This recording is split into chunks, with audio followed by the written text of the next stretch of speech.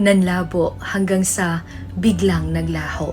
Na-experience mo na ba yung mahal na mahal mo ang isang taong hindi ka mahal? Yung okay naman kayo nung una, masaya kayong nasasama, tas biglang nawala na lang siya ng gana. Yung napatanong ka bigla sa sarili mo kung bakit siya naging ganun. Kung bakit kayo naging ganun. Kung bakit biglang hindi na ikaw. Yung feeling na sinusuportahan mo naman siya. Iniintindi, minahal at lahat-lahat na. Pero bakit parang kulang pa? Bakit ganun? Bakit nanlabo hanggang sa biglang naglaho?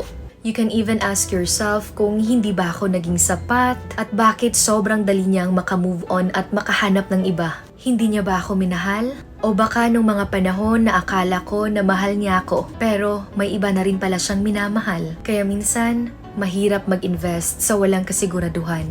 Yung hindi mo alam kung totohanan o baka mahulog sa lokohan. You know what?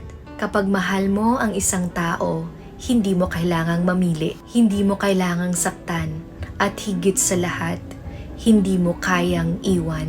Alam mo minsan, naiiyak na lang tayo, pero hindi dahil ang isang pagmamahalan ay tapos na. Umiiyak tayo dahil andyan pa rin yung pagmamahal kahit na tapos na.